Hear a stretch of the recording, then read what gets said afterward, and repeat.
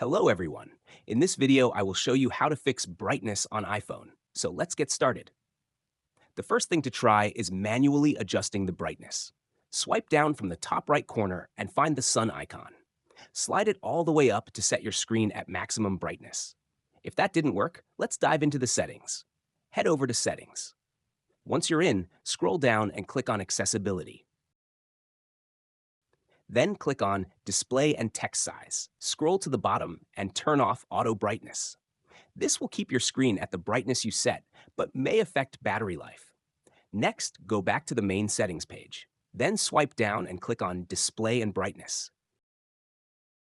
Here, turn off True Tone and then click on Night Shift. Make sure to turn it off.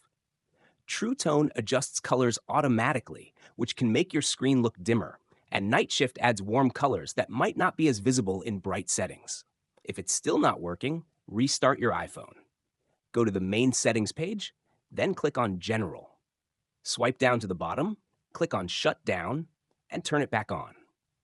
Also, check the top of your screen for dust or gunk covering the brightness sensor. Give it a quick clean. I hope this helps you get a brighter screen. And that's how you fix brightness on iPhone.